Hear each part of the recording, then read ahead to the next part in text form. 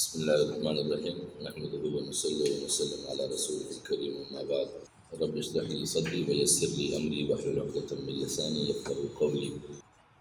عہد نبوی میں استعماری نظاموں کا خاتمہ۔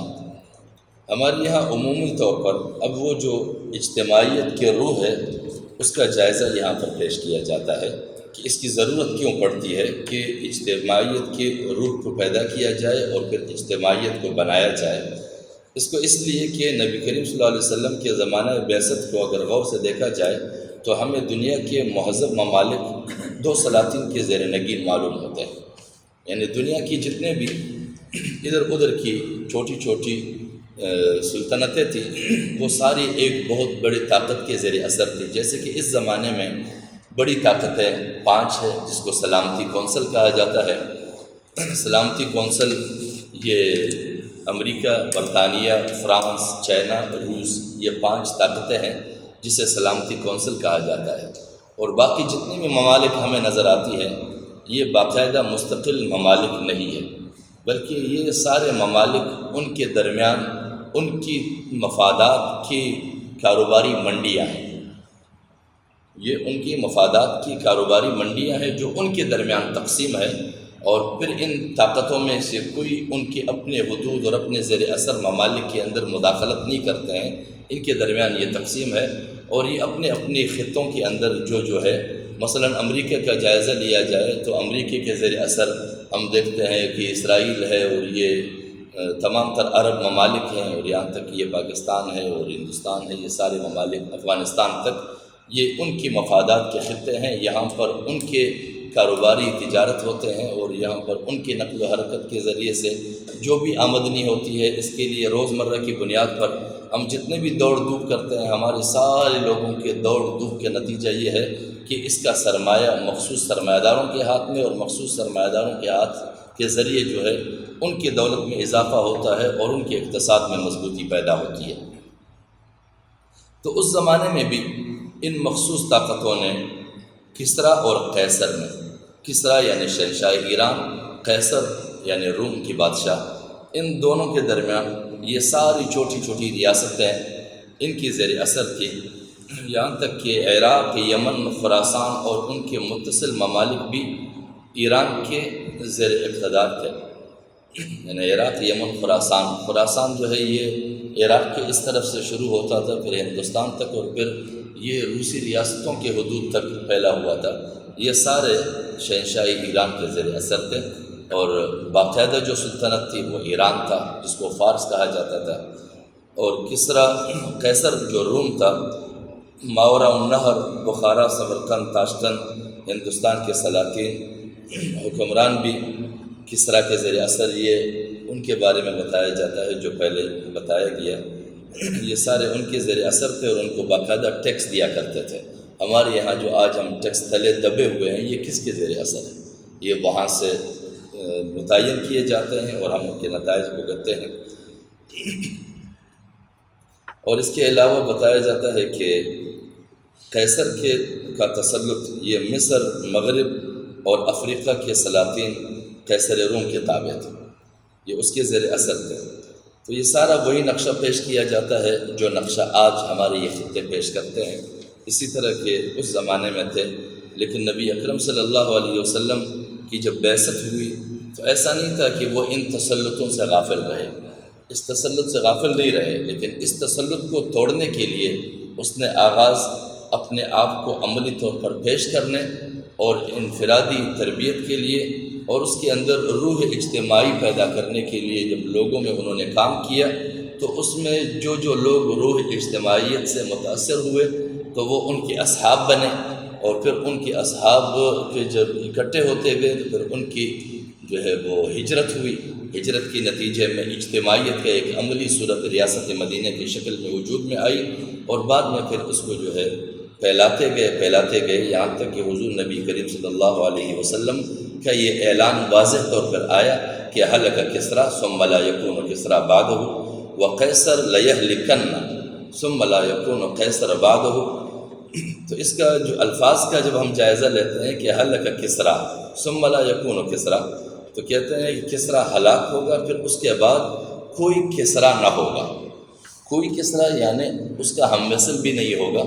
جب تک ہمارا طرز عمل یہی ہو جو میں نے پیش کیا ہے۔ حضور نبی اکرم صلی اللہ علیہ وسلم نے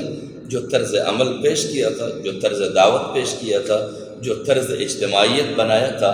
اس کو پیش نظر رکھتے ہوئے کہتے ہیں کہ اس کے نتیجے میں کسرا ہلاک ہوگا، اور پھر اس کے بعد کوئی کسرا نہیں ہوگا جب تک یہی طرز عمل رہے گا۔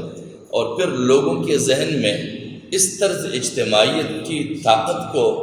اثر انداز کرنے کے لیے جو لفظ ہے وہ کہتے ہیں کہ صرف کسرا کی بات نہیں کر رہا ہوں، لیہلکن، یعنی ضرور بضرور، یہ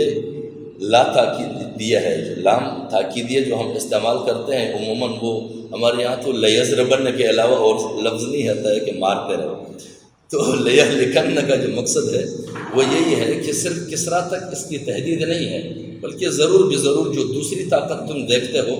وہ بھی ہلاک ہوگا لازماً، وہ بھی نہیں بچے گا۔ اور پھر لَتَقْسِمَنَّ كُنُوزَهُمَا فِي سَبِيلِ اللَّهِ، اور ضرور بضرور ان دونوں کے خزانے اللہ کے راستے میں تقسیم ہوں گے۔ یعنی مقصد صرف یہ نہیں ہے کہ فرد کا اصلاح کرو تاکہ وہ اپنے نماز، روزے، حج، ان چیزوں کی ادائیگی میں لگا رہے، پر اسی میں اس کی ذمہ داری کی تقسیم ہو گئی، وہ تکمیل ہو گئی۔ ذمہ داری کی تکمیل اس پر نہیں ہے، بلکہ یہ ہے کہ جب آپ نے فرد کا اصلاح کیا، فرد کے اصلاح کے بعد اس کے نتیجے میں ایک گھر وجود میں آیا، پھر اس گھر نے کوشش کیا کہ ایک اور گھر بنایا، پھر اور بنایا، پھر اور بنایا، یہاں تک کہ ایک معاشرہ وجود میں آیا۔ پھر وہ معاشرہ اگر وہیں پر عملی نمونہ دکھا سکتے ہیں، یعنی ایک اجتماعیت بنا سکتا ہے تو ٹھیک، نہیں بنا سکتا ہے تو ایسے گوشے کا تلاش کرے کہ وہاں پر وہ باقاعدہ ایک ریاست وجود میں لا سکتے ہو۔ تو مکے کی سرزمین وہ زرخیز نہیں تھی اس عمل کو عملی جامہ دینے کے لیے اور اجتماعیت کے قیام کے لیے، تو مدینہ کی زمین سرخیز ثابت ہوئی اس کے لیے، زرخیز۔ تو نبی اکرم صلی اللہ علیہ وسلم جو بھی بیج رکھتے تھے اس بیج کو جا کے مدینہ میں اس نے وہ بیج ڈالے، اور اس بیج سے وہاں پر ایسے تناور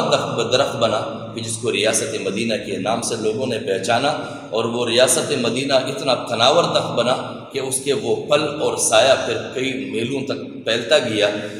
اور اس کے سایہ عافیت میں وہ لوگ آتے گئے جنہوں نے دوسرے سایوں میں ہمیشہ اپنے آپ کو بچھوں اور سانپوں سے ڈستے ہوئے دیکھا تھا، وہ سارے اسی سائے میں آتے گئے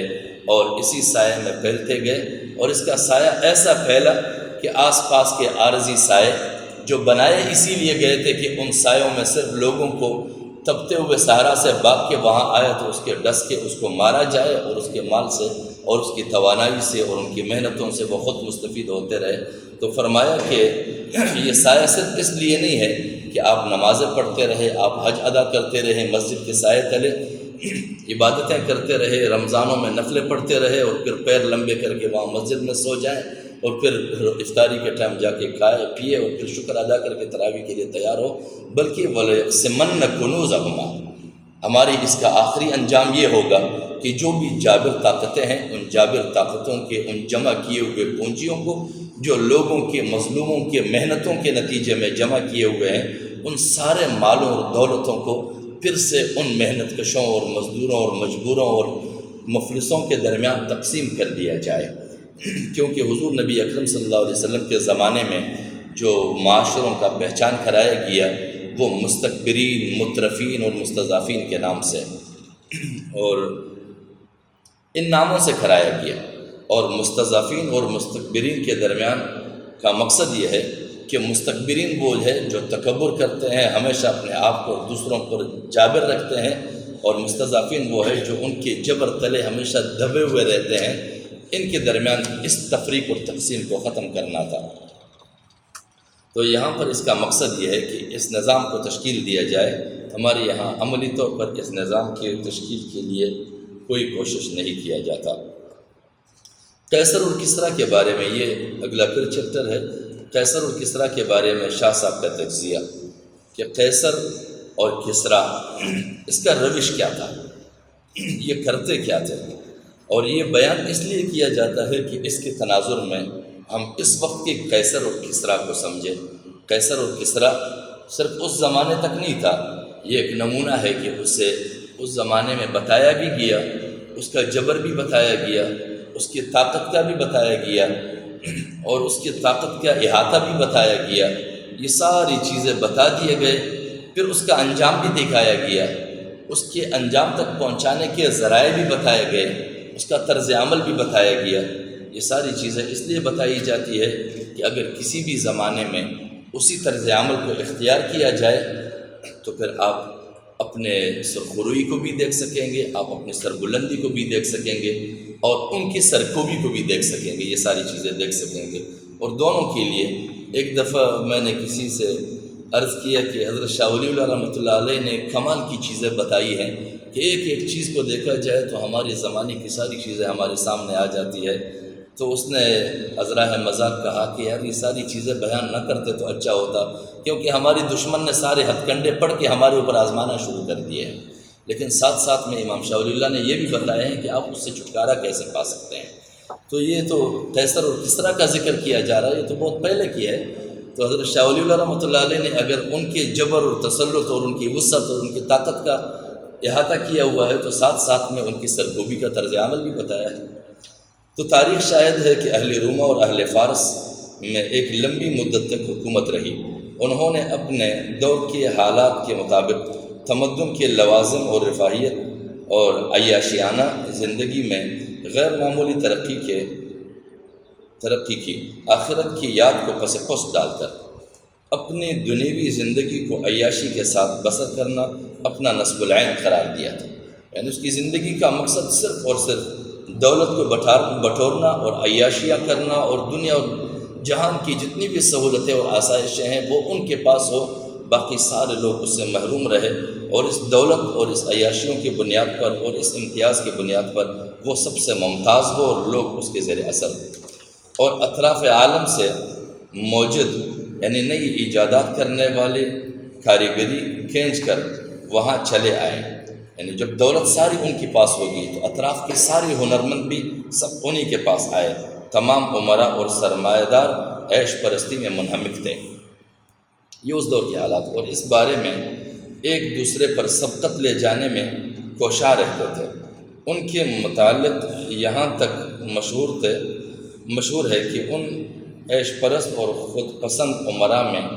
جس کا کمربند 1000 روپے سے کم قیمت کا ہوتا اسے حقارت کی نظر سے دیکھا جاتا۔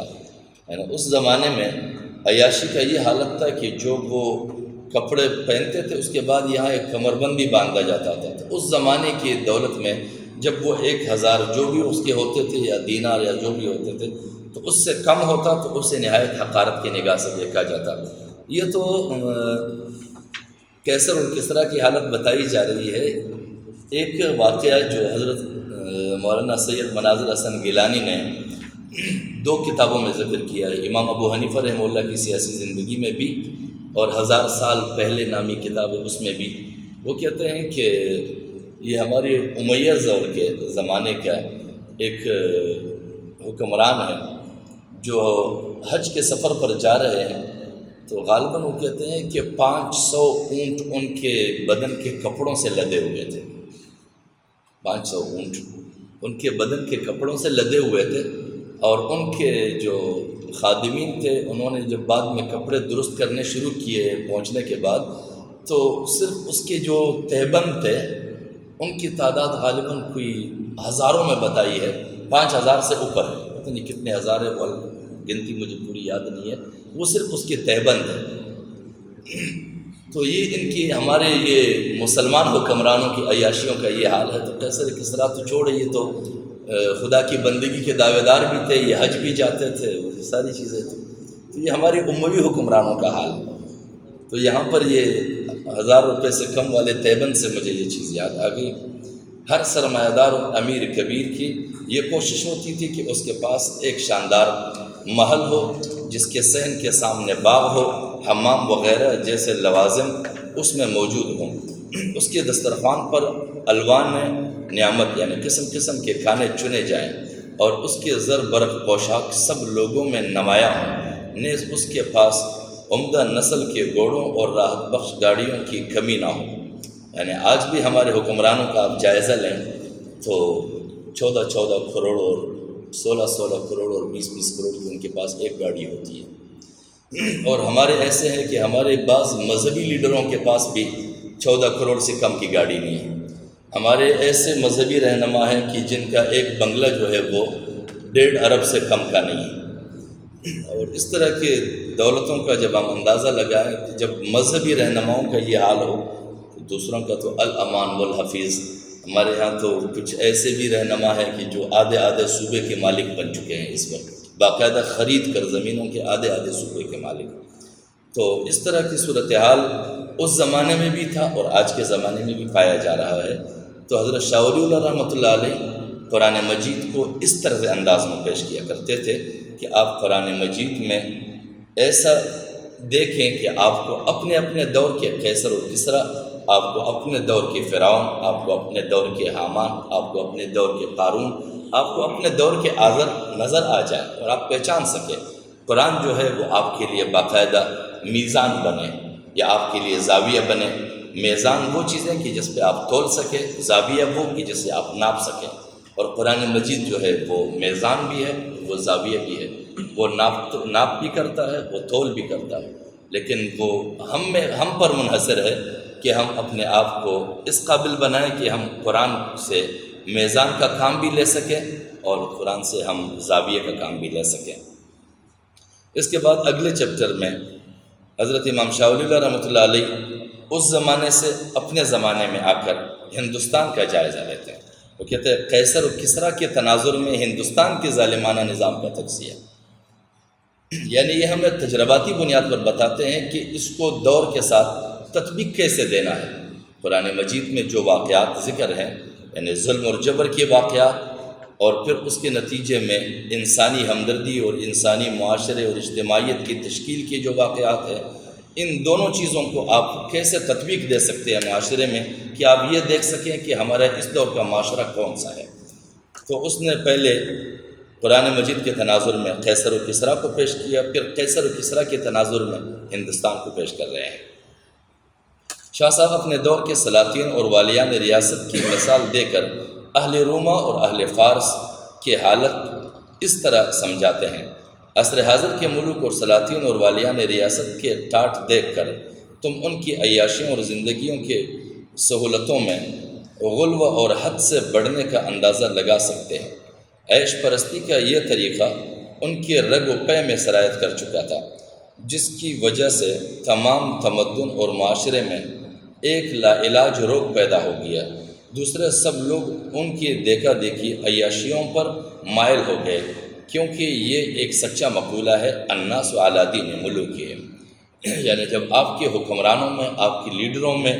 جب اس قسم کی روش پیدا ہوگی کہ وہ لوگوں کی حالت زار کو بدلنے کے بجائے ہم وقت اسی کوشش میں رہے کہ میرے پاس سرمایہ ہو، جیسے وہ الذی جمع مالا وعددہ۔ جمع مالا وعددہ کا مقصد یہ سمجھانا ہے کہ وہ جو بھی دن میں اس کے پاس آمدنی آتی ہے، جس کو وہ اپنا اصل مال سمجھتا ہے، اس کو وہ گنتا ہے اور رکھتا ہے، اس میں سے 1% بھی نہیں جاتا ہے۔ مزید وہ ایسے ذرائع رکھتا ہے کہ وہ اضافی ذرائع ہیں جو خرچ کرتے ہیں اس میں سے، لیکن وہ اضافی ذرائع سارے جبر اور ظلم کے ذریعے سے ہوں گے۔ تو یہاں پر یہ بتاتے ہیں کہ اس طرح کا جب کیفیت پیدا ہوتا ہے تو الناس علی دین ملوکہم، تو وہی ذہنیت پھر اس کے معاشرے میں بھی پیدا ہوتا ہے، یعنی عوام اپنے بادشاہوں کے دین پر ہوتے ہیں۔ رعیت کے ہر طبقے میں اپنی حیثیت کے موافق عیاشی کا مرض پھیل گیا، یعنی اسی طرح دیکھا دیکھی جو امراض اس کے حکمران میں پیدا ہوئے، تو پھر جو اس کے دربار کے قریب تھے وہی اس کے نمائندے تھے، پھر اس میں وہ بیماری پیدا ہو گئی، یعنی حکمران میں پیدا ہو گیا تو اس کے نچلے وزراء میں پیدا ہوا، وزراء میں پیدا ہوا تو اس کے پارلیمان میں پیدا ہوا، پارلیمان میں پیدا ہوا تو پھر اپنے علاقائی نمائندوں میں بھی یہی بیماری، کیونکہ جب ہر سطح پہ کمائی کا جذبہ ہے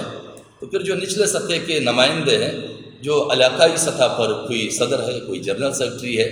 اس کے اندر بھی یہ احساس ہے کہ ہمارا ایم پی اے کما رہا ہے، تو اب وہ ایم پی اے کے پاس جاتا ہے کہ یار فلاں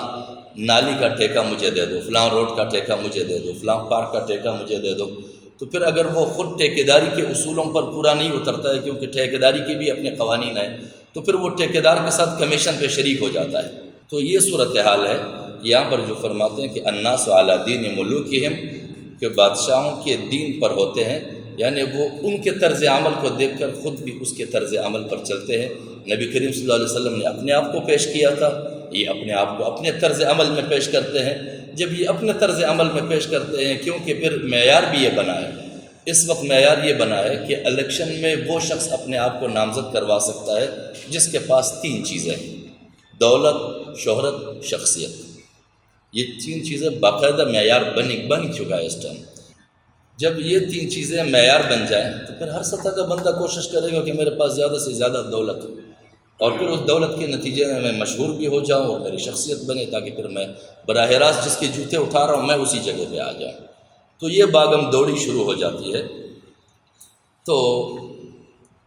رعیت کے ہر طبقے میں اپنی حیثیت کے موافق عیاشی کا مرض پھیل گیا، اور اس نے وبائے عام کی صورت اختیار کر لی۔ اس عیاشی کا یہ نتیجہ نکلا کہ وہ قسم قسم کی پریشانیوں میں مبتلا ہو گئے، کیونکہ عیاشانہ زندگی بسر کرنے کے لیے جس ساز و سامان کی ضرورت تھی اس کا حاصل کرنا بہت سی دولت خرچ کرنے کے بغیر ناممکن تھا۔ اس لیے ان ملوک و سلاطین نے اپنی رعیت اور بیوپاریوں پر، امراء نے اپنے آسامیوں پر باری باری لگان ٹیکس عائد کیے۔ اچھا، اس حالت میں ان غریبوں کے لیے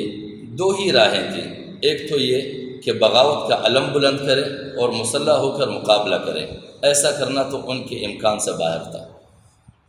کیونکہ یہ لوگ بے سر و سامان تھے۔ ان کے سامنے دوسرا راستہ یہ تھا کہ سلاطین اور سرمایہ داروں کے اطاعت سے منہ نہ موڑیں، چوپائیوں اور گدوں کی سی ذلیل زندگی بسر کریں جن سے ان کی مرضی کے بغیر ہل چلانے اور کنویں سے پانی نکالنے کا کام لیا جاتا، اور جن کے تھوڑی بہت پرورش یا غور و پرداخت صرف اس لیے کی جاتی ہے کہ مالکوں کی اپنے اغراض کی ساتھ وابستہ ہوتی ہیں۔ بہرحال نچلے طبقے کے لوگ اپنے عمال اور اپنے آقاؤں کی خدمت میں اس قدر مشغول ہوتے تھے کہ ان کو اخروی سعادت کی طرف متوجہ ہونے کی لمحہ بر بھی فرصت نہیں ملتی۔ یعنی ایسے لوگ پھر خدا سے مکمل غافل ہو جاتے ہیں، اور وہ صرف اور صرف اس سرمایہ دار، اس وزیر، اس وڈیرے اور چودھری اور جو بھی ہے اس کی ہی رضامندی میں صبح شام لگا رہتا ہے۔ اور اسی روش کے بارے میں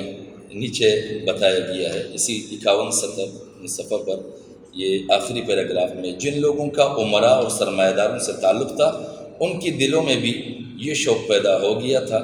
کہ وہ بھی ان سرمایہ داروں سے ملتی جلتی طرز معاشرت اختیار کریں۔ سب کی یہ خواہش ہوتی تھی کہ کسی نہ کسی طرح حکومت سے وابستہ ہوں، اور جس طرح بھی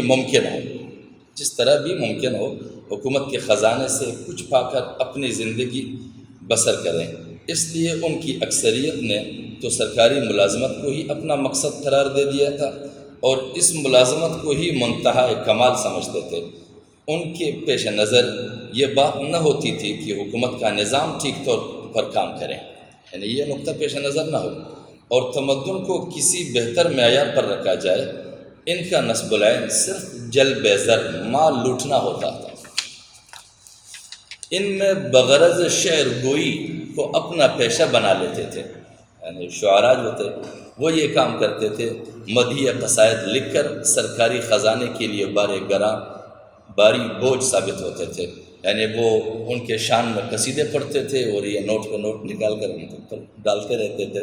بعض لوگ زہد اور پارسائی کے دکھاوے سے حکومت، سرکاری ملازموں اور عام لوگوں سے نذرانے اور شکرانے وصول کرنے، ہمارے اس دور میں بھی دیکھتے ہیں ہم نذرانے اور شکرانے وصول کرنے کا جال بچھاتے تھے۔ دوسرے لفظوں میں یہ جماعت بھی حکومت اور معاشرے پر بوجھ ڈالتی تھی۔ ملوک و سلاطین اور ارباب اقتدار سے قرب حاصل کرنے اور طرح طرح سے ان کی خوشامد اور چاپلوسی کرنے نے ایک ہمگیر وبا کی صورت اختیار کر لی، جسے ہم آج بھگت رہے ہیں۔ آخر میں جو 53 صفحہ اس میں پیغمبر علیہ السلام کو خدا پاک نے مبعوث فرمایا اور انہیں یہ بشارت دی کہ کسریٰ اور قیصر کا اقتدار ختم ہوگا، جس کی یہ صورت ہوگی کہ پہلے پیغمبر اسلام کے ذریعے عرب میں انقلاب بپا ہوگا، اور پھر آپ کی تربیت یافتہ جماعت مہاجرین و انصار کے ذریعے ان دونوں حکومتوں کو ختم کر کے عالمی انقلاب برپا ہوگا۔ یعنی یہ وہی جو 4 بنیادی اصول جو عرض کیے تھے، وہ اتفاق اول اور ثانی و ثالث، یہ صفحہ 47 پر جو تھے، وہ جب ترتیب وار ہوں گے تو یہ انجام ہوگا، جب وہ نہیں ہوں گے تو پھر یہی ہوں گے جو پہلے یہ ہم صفحہ 50 اور 51 اور 52 اور 53 تک پڑھتے رہے ہیں، یہی چیزیں ہوں گی جو عملی نمونے ہمارے سامنے ہیں۔ مقصد نزول قرآن، یہ 53 صفحہ پر یہ چیپٹر ہے۔ شاہ صاحب نے مذکورہ بالا انقلاب کو نزول قرآن کا مقصد قرار دینے کے بعد معاشی ناانصافی اور عدم مساوات کی برائیوں کو بھی کھول کھول کر بیان کیا ہے۔ فرماتے ہیں جس سوسائٹی میں اقتصادی توازن نہ ہو، جس میں طرح طرح کے لوگ پیدا ہو جاتے ہیں، نہ وہاں عدل و انصاف قائم ہو سکتا ہے اور نہ مذہب اپنا اچھا اثر ڈال سکتا ہے۔ یہاں پر یہ لفظ اقتصاد ذکر ہوا ہے۔ لفظ اقتصاد کا اگر ہم ایک دفعہ جائزہ لیں، لفظ اقتصاد کا بتایا گیا ہے کہ اقتصاد علم انسانی کے اس خاص حصے کا نام ہے جس کا موضوع دولت ہے، اور جس کا مقصد یہ بات معلوم کرنا ہے کہ دولت کی پیدائش، تقسیم، تبادلے اور استعمال کے اصول، اسباب اور طریقہ کار کیا کیا ہوئے، پھر ان چیزوں کو مد نظر رکھنے کی ضرورت ہے۔ اقتصاد ان چیزوں کا نام ہے۔ یہاں پر لفظ اقتصاد کا ذکر ہوا ہے۔ پیدا ہو جاتے ہیں، نہ وہاں عدل و انصاف اور مذہب اپنا اثر ڈال سکتا ہے۔ شاہ صاحب یہ بھی مانتے ہیں کہ جس طرح رسول اللہ صلی اللہ علیہ وسلم کے زمانے میں قیصر و کسریٰ نے متمدن دنیا کو مصیبت میں مبتلا کر رکھا تھا اور مشیت الہی نے اس فاسد نظام کو ختم کرنا چاہا تھا، اسی طرح ان کے زمانے میں معاشرہ بھی ان اجتماعی بیماریوں سے کھوکھلا ہو چکا تھا اور اس کا مٹانا بھی یقیناً نظر آتا تھا۔ تو یہاں پر یہ بتانا چاہتے ہیں کہ جیسے پہلے میں نے عرض کیا تھا کہ جیسے حضور نبی اکرم صلی اللہ علیہ وسلم نے قیصر و کسریٰ کی کیفیات بتائی، ان کا روش بتایا، اور پھر اس کے خاتمے کے لیے جو طرز عمل اختیار کیا، اس کے نتیجے میں جب قیصر و کسریٰ کا خاتمہ ہوا تو حضرت امام شاہ ولی اللہ رحمۃ اللہ علیہ فرماتے ہیں کہ مشکل نہیں ہے کہ اس دور میں بھی اس طرز عمل کو اور اس روش کو اختیار کر کے ہمارے اس دور کے فاسد نظام اور ہمارے اس دور کے قیصر و کسریٰ اور سرمایہ دارانہ جبر سے اور دھوکے باز اور ظالم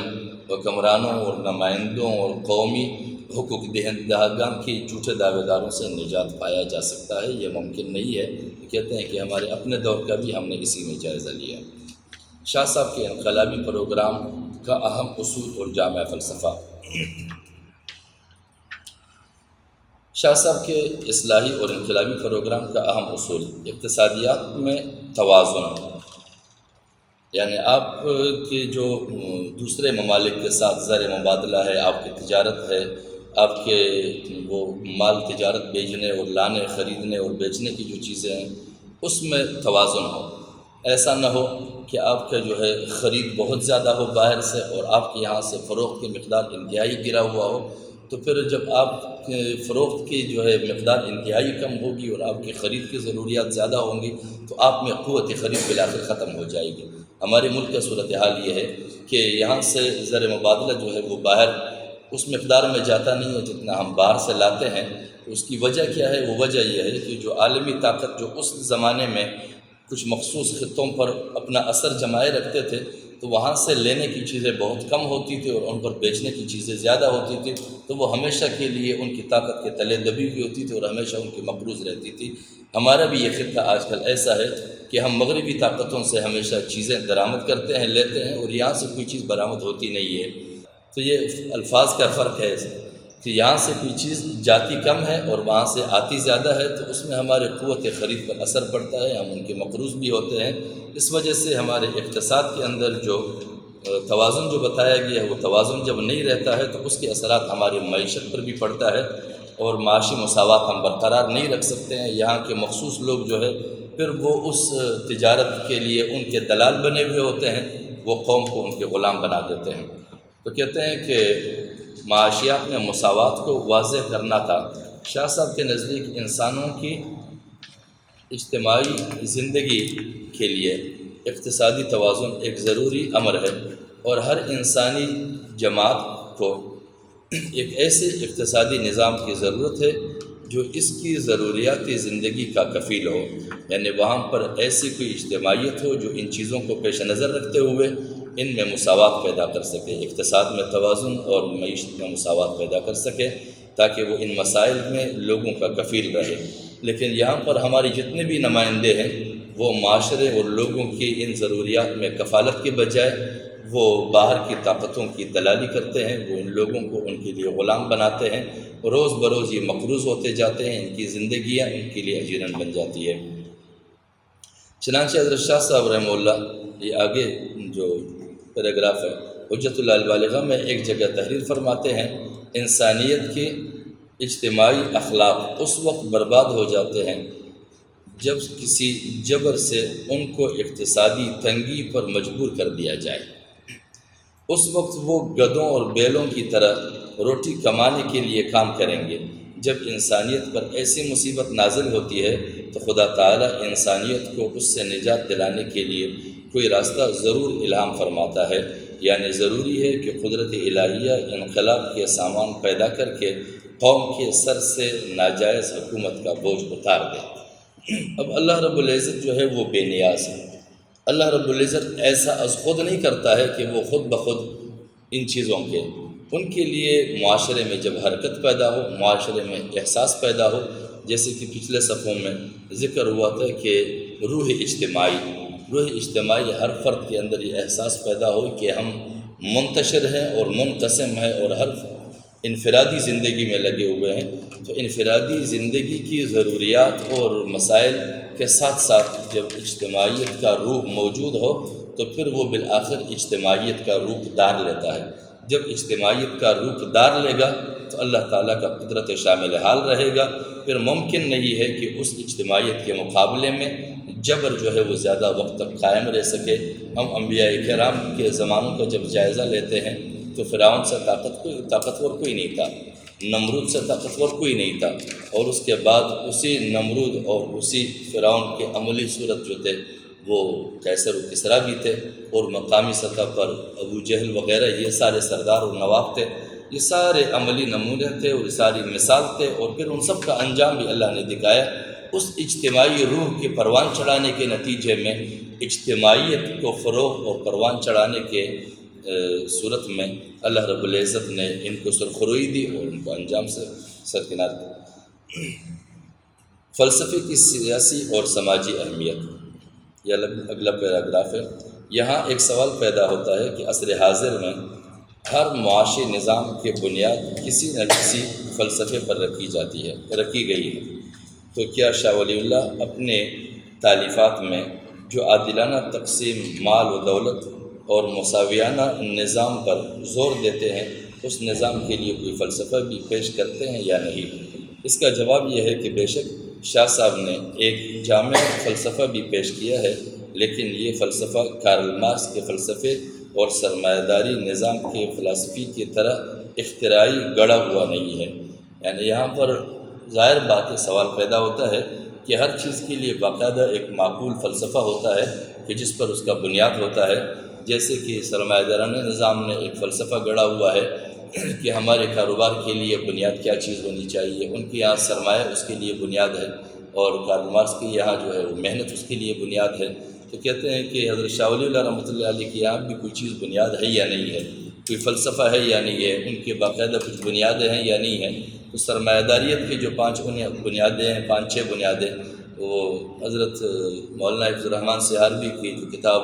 اسلام کا اقتصادی نظام، اس کے اندر ان کی بنیادیں ذکر کی ہے جو مسلسل اسلام کے ساتھ متصادم بنیادیں ہیں اس کی۔ وہاں پر وہ کہتے ہیں کہ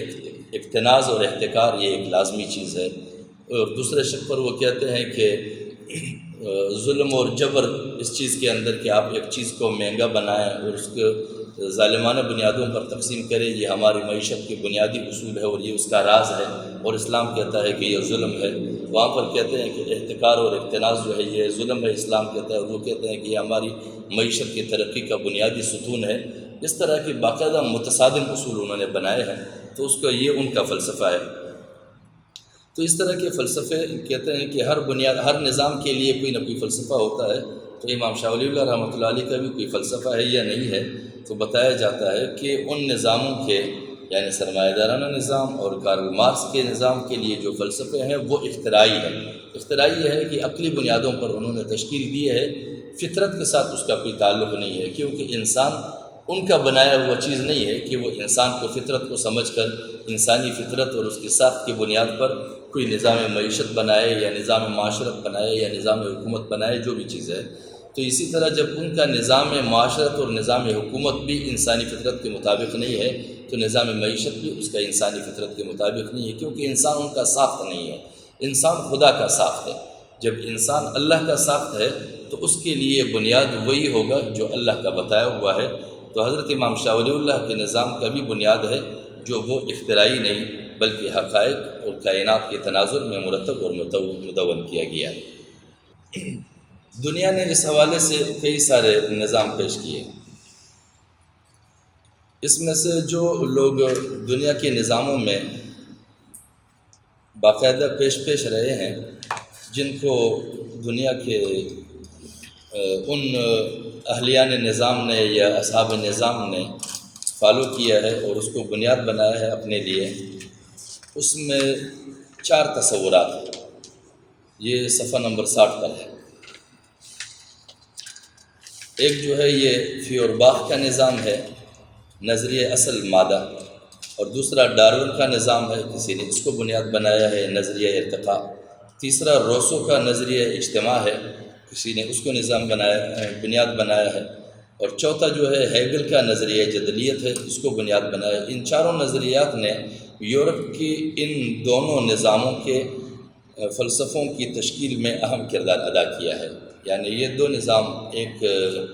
اشتراکی نظام اور ایک سرمایہ دارانہ نظام، ان 2 نظاموں میں انہوں نے کافی اثر چھوڑا ہے۔ حاشیہ نمبر 38 میں اس کے جو بنیادی چیزیں ہیں یہاں پر صفحہ نمبر 63 پہ بولیے، صفحہ نمبر 63 پہ یہاں پر حاشیہ میں بتایا گیا ہے کہ اس میں ہے مذہب کا انکار، بلکہ اس نے خدا کے وجود کا انکار کر کے مادیت پرستی کی تعلیم دی۔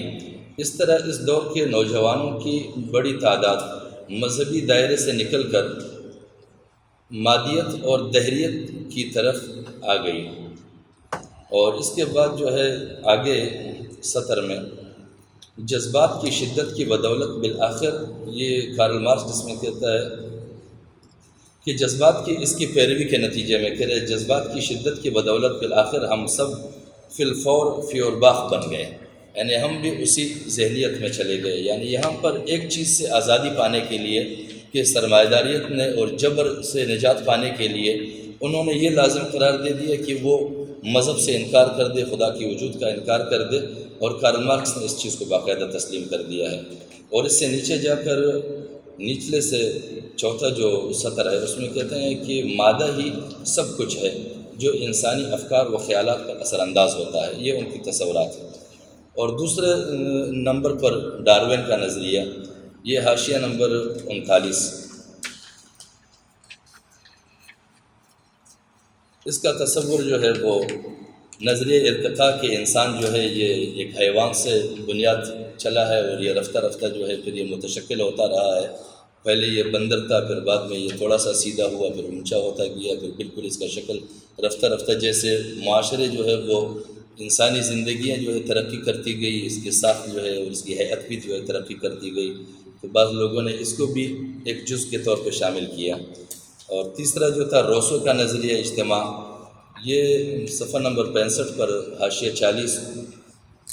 روسو کا نظریہ اجتماع یا معاہدہ عمرانی 18ویں صدی کی وسط میں روسو ژان ژاکس نے یورپ میں موجود صدیوں سے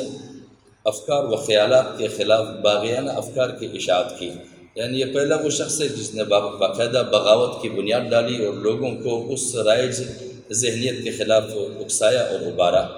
اور آخر میں جا کر جو 4 سطریں ہیں، 4-5 سطریں، اس میں دیکھیں اسی سطح کے ابتدا میں سب انسان آزاد اور برابر تھے۔ یہاں پر یہ تصور یہ اسلام کے ساتھ مناسبت رکھتا ہے، کیونکہ اسلام نے بھی انسان کو بنیادی طور پر آزاد پیدا کیا ہے، کسی کو کسی پر فوقیت نہ تھی،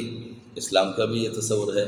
مال اور اسباب بھی سب کے درمیان مشترک تھا، کیونکہ پہلے یہ تھا کہ انسان اپنے محنت کے نتیجے میں جو شخص جو چیز بنا سکتا تھا ان چیزوں کے باہمی تبادلے کر کے ایک دوسرے کی ضرورتوں کی تکمیل کرتے تھے۔ کسی کے پاس جو ہوتے تھے تو وہ جو دے کر گندم خریدتے تھے، کسی کے پاس گندم ہوتے تھے تو وہ دے کر اگلی کوئی چیز خریدتے تھے، تو یعنی وہ چیزیں سارے ایک دوسرے کی ضرورت کی تکمیل اور وہ معاشرہ ایک دوسرے کی معاونت کا ذریعہ بنتا تھا۔ ہر شخص اپنی اپنی ضرورت کے مطابق اس میں سے لے لیا کرتا تھا۔ خوشحالی اور امن کی اس حالت سے گزر کر انسان آج جس ابتری اور مشکل میں گرفتار ہوا، اس کی وجہ ذاتی ملکیت کا دستور ہے، اور اشتراکیت نے ان چیزوں کو بنیاد بنا کر اپنے نظریے کو بنیاد بنایا۔ یعنی ایک تصور وہاں سے لیا کہ جہاں پر وہ مذہب کا انکار کیا گیا، کیونکہ انہوں نے سمجھا کہ اس زمانے میں جو مذہب رائج تھا اس مذہب نے یہی تصور پیش کیا تھا کہ مال اور دولت، یا تو پھر وہ مال و دولت کیتھولک کے پاس رہے یعنی چرچ میں رہے، یا پھر وہ سرمایہ دار کے پاس رہے اور کسی کے پاس نہ رہے، کیونکہ کیتھولک نے سرمایہ دار کے سرمایے کو مذہبی جامہ پہنایا ہوا تھا، اور سرمایہ دار نے اپنے اس سرمایے کو مذہب کے جامع فراہم کرنے کے بنیاد پہ مذہبی طبقے کی کفالت شروع کی تھی۔ تو دونوں آسائشوں میں زندگیاں گزار رہے تھے، معذرت کے ساتھ، جیسے کہ اس زمانے میں ہماری مذہبیت جو ہے وہ سرمایہ داریت کو مذہبیت کا جامہ پہناتے ہیں، حلال بینک بن رہے ہیں، سود سے پاک جو ہے وہ بینکاری بن رہی ہے، اور ابھی حرمت سود کانفرنس بھی کیے جا رہے ہیں، جبکہ اس حرمت سود کانفرنس کا مقصد یہ نہیں ہے کہ سود کو حرام کیا جا رہا ہے، بلکہ اس سود کو جس کو حلت کا جامہ پہنایا گیا ہے اور اس میں باقاعدہ اسلام کی پیوندکاری کی گئی ہے، اس سود کو لوگوں کو قبول کروایا جائے اور لوگوں کو اس پر آمادہ کیا جائے، اور وہ آزاد سرمایہ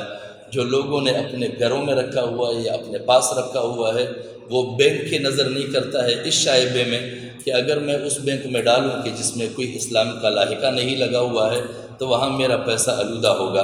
اور اس بینک میں اس لیے نہیں ڈالا جا رہا ہے کہ یہاں یہ مشکوک ہے۔ اب جب حرمت سود کانفرنس ہوں گے، اور حرمت سود کانفرنس وہ لوگ کریں گے جو باقاعدہ اسلامی بینکنگ کی سرپرستی کرتے ہیں، تو ان لوگوں کی نگاہ میں یہ بینک بھی مکمل حلال ہوں گے، تو وہ آزاد سرمایہ بھی بینک کے گرفت میں آئے گا اور سرمایہ دار کے ہاتھ تک پہنچیں گے۔ اس وقت صرف سرمایہ داروں کا سرمایہ بینکوں میں ہے، اور وہی سرمایہ باہم ایک دوسرے کی معاونت کے لیے وصول کیا جاتا ہے، اور سرمایہ دار اس کے ذریعے اپنے سرمایے میں مزید اضافے کرتا ہے قرض کے طور پر لے کر۔ جب وہ آزاد سرمایہ غریبوں کے کم کم مقدار میں جو پڑا ہوا ہے وہ بھی بینکوں میں پہنچے گا، تو سرمایہ دار ان کے مال سے بھی استفادہ کرنے میں آسانی محسوس کریں گے، اور اب تک جو ہے وہ اس سے محروم ہے، وہ اس کو بھی نہیں چھوڑنا چاہتے ہیں۔ تو اس طرح کا مسئلہ ہے۔ تو یہ نظریات 4 بنیادی طور پر پیش تھے، اور اس کے بعد حضرت امام شاہ ولی اللہ رحمۃ اللہ علیہ کا جو تصور ہے اس کو پیش کیا جاتا ہے شاہ صاحب کے فلسفے کی جامعیت ان سب کے مقابلے میں۔ یہ صفحہ 64 پر ہے۔ ان کے جو بھی خیالات ہیں، جو نظریات ہیں، ان کے مقابلے میں جو جامعیت اس کے اندر پایا جاتا ہے، حضرت الامام شاہ ولی اللہ دہلوی کے فلسفے میں وہ نقائص اور کمزوریاں نہیں ہے جو ان دونوں نظاموں میں پائی جاتی ہے۔ شاہ صاحب کے فلسفے میں نوع انسانیت کی وحدت شخص اکبر اور کائنات کی وحدت شخص اصغر اور کائنات کی وحدت شخص اکبر کو بنیادی حیثیت حاصل ہے، اور ان وحدتوں پر ذات باری تعالیٰ کی وحدانیت کی گہرے اثرات مرتب ہوتے ہیں۔ شاہ صاحب نے فلسفہ توحید کی روشنی میں وحدت نوع انسانی کی اساس پر نظریہ اجتماع پیش کیا۔ گویا شاہ صاحب کے نظریہ اجتماع کی اساس خود انسانیت ہی ہے، کیونکہ یہاں پر جو توحید کا لفظ ہے، عام طور پر ہم توحید سے صرف یہ مراد لیتے ہیں کہ توحید کا مقصد یہ ہے کہ اللہ رب العزت کا ذات ایک ہے، بلکہ صرف اس پر نہیں ہے، توحید کی ساری چیزوں میں ہے۔ جب وہ ساری چیزوں میں توحید نہیں پائی جائے گی تو صرف اس بات کا توحید کہ اللہ وحدہ لا شریک ہے، یہ صرف زبانی اقرار ہے، عملی طور پر اس کی توحید کا اقدام نہیں ہے، اعتراف ہے، اقدام نہیں ہے۔ تو یہاں پر جب ہم سورۃ الناس کو پڑھتے ہیں تو اس میں حضرت مولانا عبید اللہ سندھی رحمہ اللہ فرماتے ہیں، قل اعوذ برب الناس، پناہ مانگتا ہوں اس رب کے حضور جو انسانیت کی پرورش کرتا ہے۔ یہاں پر نظام ربوبیت میں یکسانیت اور توحید کہ جو آپ کے معاشرے کا نظام ہو اس میں جو پرورش کا نظام ہے وہ معیشت کا ذریعہ ہے، تو اس میں یکسانیت ہو، مساوات ہو، اس میں ظلم اور جبر نہ ہو، یعنی اس کا ترتیب ایسا نہ ہو کہ سرمایہ دار تر ہوتا جائے اور غریب غریب تر ہوتے ہوتے سرمایہ دار طبقے کا غلام بن جائے۔ ملک الناس اس احساس کے ساتھ کہ اس کائنات کا بھی ایک مالک ہے اور ایک اور دن ایسا ہے کہ اس کا بھی مالک ہے، کہ یہاں پر جو کچھ بھی میں کر رہا ہوں، جو بھی میری زندگی کی روش اور کردار اور اطوار ہے، اس کا حساب مجھ سے لیا جائے گا۔ ایک توحید خدا کا یہ مقصد ہے کہ اس کے توحیدی نظام میں رہتے ہوئے معاشرے کی جو پرورش کا نظام ہے وہ بھی یکساں ہونا چاہیے۔ اور اس کے بعد ہے الہ الناس، یعنی جس ذات کی ہم عابد ہیں، ہم اس کی بندگی کرتے ہیں، وہ ایک ہی ذات جو معبود ہے، ہم نے اسی کی معبودیت پر سارے لوگوں کو اکٹھا کرنا ہے۔ جب معبودیت میں سارے یکساں ہیں تو پھر معاشرت میں بھی اور معیشت میں بھی یکسانیت ہونی چاہیے، قانون سازی میں بھی یکسانیت ہونی چاہیے۔ جس طرح ایک عام کمزور کی گرفت ہو، اسی طرح ایک ظالم اور جابر کی بھی گرفت ہو۔ تو توحید کی بنیاد پر جو فلسفہ حضرت امام شاہ ولی اللہ رحمۃ اللہ علیہ نظام معیشت کے لیے پیش کرتے ہیں، وہ اس بنیاد پر اور اس تناظر میں پیش کرتے ہیں۔ چنانچہ حضرت شاہ صاحب نے ملکیت اور بہیمیت پر مشتمل وحدت نوع انسانیت کی مادی اور طبعی تقاضوں کی تکمیل کے لیے 4 اتفاقات پر مبنی عملی اجتماعی نظام پیش کیا، اور اس کے روحانی اور اخلاقی تقاضوں کی تکمیل کے لیے 4 بنیادی اخلاق کی نشاندہی کی۔ پھر یہی نہیں بلکہ نوع انسانیت کے حیوانی اور طبعی ارتقاء پر بھی بڑی جامع گفتگو فرمائی، اور اس کی ملکی تقاضوں کے ارتقاء اور عملی کردار کی بھی جامعیت کے ساتھ نشاندہی کی۔ شاہ صاحب کے فلسفے کی مزید تفصیل کے لیے شاہ صاحب کی کتابوں کو بھی ملاحظہ کیا جا سکتا ہے، یہ ساری تفصیلات وہاں ملیں گی۔ اور اس پر صرف اتنا عرض کر دوں کہ یہاں پر جو فلسفے کی جامعیت کے حوالے سے بتایا گیا ہے وہ اس طرح ہے کہ پچھلے زمانے میں عام طور پر یہ کچھ چیزیں انتہائی معیوب ہمارے یہاں بنا دی گئی ہے، جیسے کہ لفظ سیکولرزم کو ہمارے یہاں انتہائی ممنوع اور قبیح اور حرام قرار دے دیا گیا ہے۔ اسی طرح لفظ سوشلزم کو انتہائی ممنوع اور قبیح قرار دے دیا گیا ہے، جبکہ ہمیں اس کی بنیادی اساس پر نظر ڈالنی چاہیے کہ یہ چیزیں وجود میں کب اور کیوں آئی۔ اسلام کا کبھی انہوں نے نہ مطالعہ کیا نہ جائزہ لیا